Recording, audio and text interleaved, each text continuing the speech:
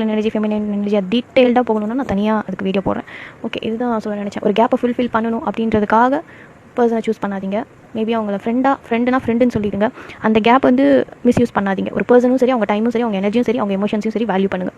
யார் உங்கள் லைஃப்பில் என்ட்ரானாலும் சரி வேல்யூ பண்ணுங்கள்.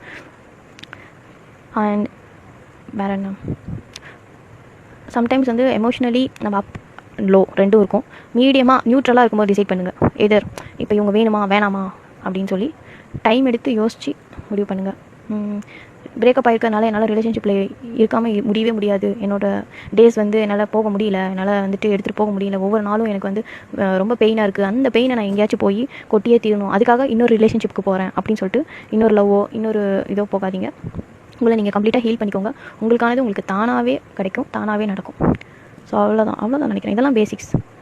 குவாலிட்டி இருக்கிற ஒரு மென்னாக இருங்க, குவாலிட்டி இருக்கிற கோர் வேல்யூஸ் இருக்கிற ஒரு பொண்ணாக இருங்க. டீப் டவுன் நீங்கள் என்ன நினைக்கிறீங்க, இப்படிப்பட்டவங்க தான் வேணும். தயவு செஞ்சு மெட்டீரியலிஸ்டிக்காக போகாதீங்க. எனக்கு வந்து இவனோட கார் இருக்கிறனால தான் இவனை பிடிச்சிருக்கு, இவன்கிட்ட பைக் இருக்குது, இவன் ஒரு ஃபேமஸான பர்சன், அப்புறம் வேறு என்ன, இவன் நல்லா ஏர்ன் பண்ணுறான், நல்லா அவுட்லுக் இருக்குது, அப்படி அதை வச்சு ஒருத்தவங்களை ஜட்ஜ் பண்ணி அதுக்காக ஃபால் ஆகாதீங்க.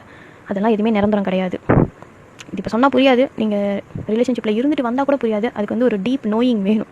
எது ரொம்ப இம்பார்ட்டன்ட், உங்கள் கோர் வேல்யூஸ் பொறுத்து தான் உங்கள் லைஃபே அமையும்.